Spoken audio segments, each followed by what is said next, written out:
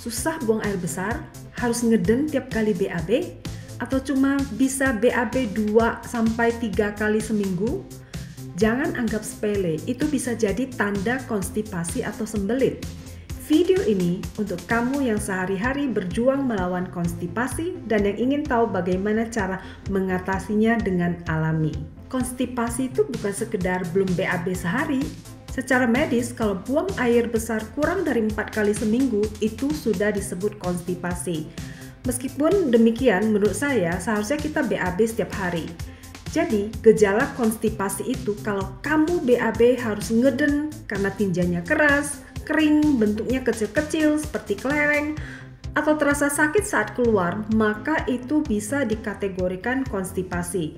Normalnya, tinja yang keluar itu lembut, mudah keluar, dan bentuknya panjang mirip ular. Dan selesai BAB seharusnya tubuh terasa lega, bukan terasa masih penuh atau mengganjal. Jadi apa sih penyebabnya? Ternyata banyak sekali pemicunya. Yuk kita lihat satu-satu. Bisa jadi kurang minum, bisa juga asupan serat tidak cukup, bisa juga stres, atau terlalu sering ngemil tanpa jeda. Kemudian bisa juga kurang tidur, terlalu sedikit atau bahkan terlalu banyak berolahraga atau bergerak ya. Kemudian perubahan rutinitas seperti bepergian, jalan-jalan, nginep di hotel. Intinya bukan nginep di rumah sendiri, jadi ada perubahan. Bahkan pemakaian obat-obat tertentu seperti painkiller, minum antidepresan, sampai minum kapsul zat besi bisa menimbulkan konstipasi.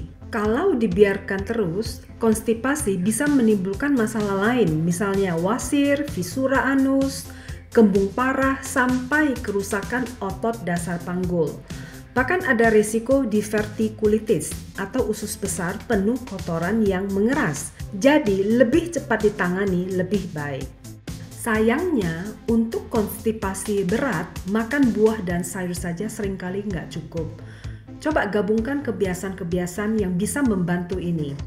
Minum 2,5-3 liter air sehari, tambahkan elektrolit biar air lebih terserap usus.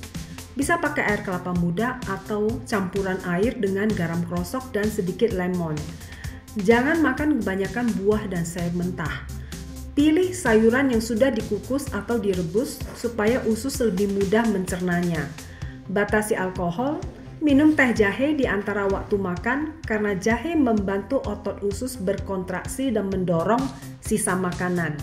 Tambahkan makanan tinggi magnesium seperti kacang-kacangan, bayam, alpukat, karena magnesium bisa melunakkan tinja.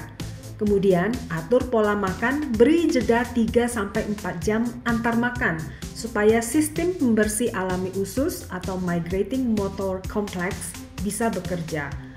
Tambahkan prebiotik berupa serat makanan secara bertahap, misalnya akasia fiber atau guar gum. Jangan langsung banyak, naikkan aja perlahan dari setengah sendok teh per minggu. Kemudian tidur cukup 7-8 jam.